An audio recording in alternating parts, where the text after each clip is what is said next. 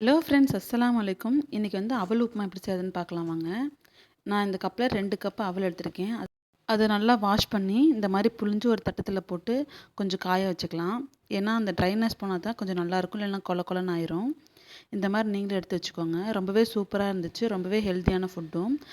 பேனில் கொஞ்சமாக எண்ணெய் ஊற்றி 1 ஸ்பூன் கடுகு, 1 ஸ்பூன் கடலப்பருப்பு, 1 ஸ்பூன் உளுந்தம்பருப்பு, இது நல்லா ப்ரௌன் கலரில் ஆனோனையும் இது கூடவே வந்து ஒரு பெரிய வெங்காயம் சின்னதாக கட் பண்ணி ஆட் பண்ணிக்கிறேன். கருவேப்பிலை கொஞ்சம், தேவைப்பட்டால் நீங்கள் பச்சை மிளகா ஆட் பண்ணிக்கோங்க. நான் வரமிளகா ஆட் பண்ணியிருக்கேன். தேவையான அளவு உப்பு. இது நல்லா ப்ரௌன் கலரில் ஆனோனையும் நல்லா வதக்கி எடுத்துக்கோங்க. இது கூட வந்து கொஞ்சம் மஞ்சத்தூள் ஆட் பண்ணிக்கலாம். இதெல்லாம் நல்லா எண்ணெயிலே வதங்கணும். வதங்கினதுக்கப்புறம் அவல் ஆட் பண்ணிக்கலாம். நல்லா மிக்ஸ் பண்ணி விட்டுட்டு எனக்கு லைட்டாக உப்பு பத்தாத மாதிரி இருந்துச்சு, உப்பு ஆட் பண்ணிக்கிட்டேன்.